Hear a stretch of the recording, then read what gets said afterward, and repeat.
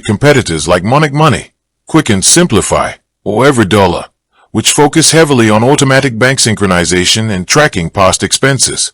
The primary distinction lies in how transactions are recorded. Many modern apps automatically link to your bank accounts via Plaid to pool and categorize transactions in real time.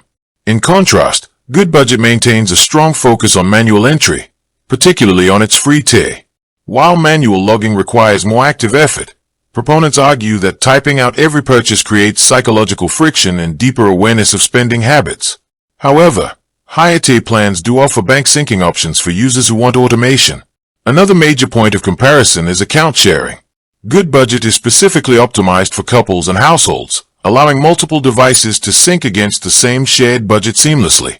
Apps like Honeydew also target couples with shared visibility and chat features, whereas apps like YNAB focus heavily on a zero-based budgeting framework that forces every single dollar to be assigned a specific job, backed by extensive educational workshops.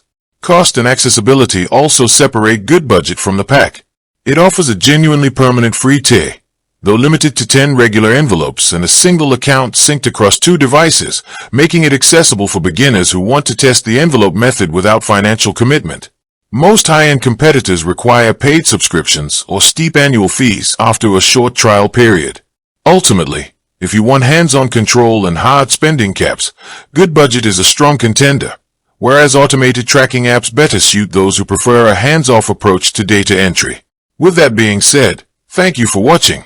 For more finance videos, kindly check my page. Please like, share, comment and subscribe to my channel. Thank you.